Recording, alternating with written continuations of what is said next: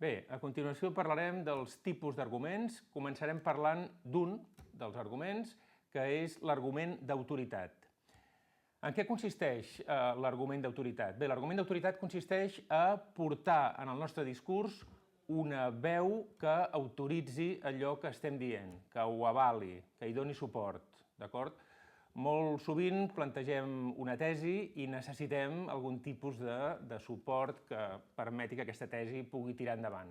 Què entenem per una autoritat?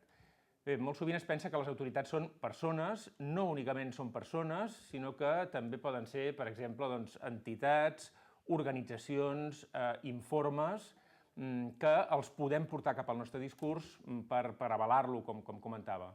Posem un exemple. Imaginem que la meva tesi és que la Universitat X és millor que la Universitat Y. Bé, aleshores, i això podria defensar-ho amb molts tipus d'arguments, però podria també optar per fer servir un argument d'autoritat, és a dir, una veu autoritzada.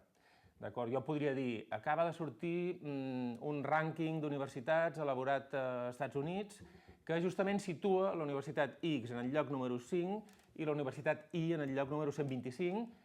Per tant, la meva tesi va endavant, la meva tesi era, recordeu que la Universitat X és millor que la Universitat Y. Estaria fent servir en aquest cas els resultats d'un rànquing internacional, d'acord? Bé, aquesta seria la meva autoritat. Això és possible, perfectament legítim, donar suport a les nostres tesis amb aquest tipus d'arguments, els arguments d'autoritat. Bé, evidentment, com han de ser les autoritats? Bé, les autoritats han de ser acceptades, han de tenir un prestigi.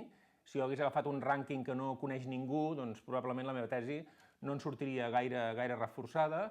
Han de ser rigoroses. Quan triem algú, per exemple, una persona, per donar suport a una nostra tesi, ha de ser un científic reconegut, una persona dins l'àmbit del qual estiguem parlant, dins l'àmbit que tingui un prestigi reconegut. Aquesta és la idea clau de les autoritats, d'acord?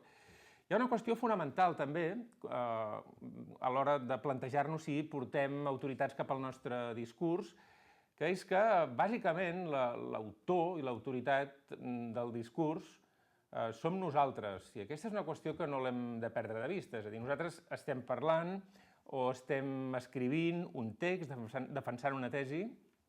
És possible que donem entrada a altres veus, a altres opinions autoritzades en forma del que comentava, d'un informe, en forma d'unes opinions. És possible fer-ho, però en qualsevol cas ho hem de fer sempre amb moltíssima mesura i amb una enorme selecció de la veu més autoritzada que puguem. Ho hem de fer amb mesura perquè, al capdavall, si aportéssim moltíssimes veus en el nostre discurs, s'acabaria perdent una idea fonamental, que és que nosaltres som els autors d'allò i l'autoritat d'allò que estem dient, d'acord?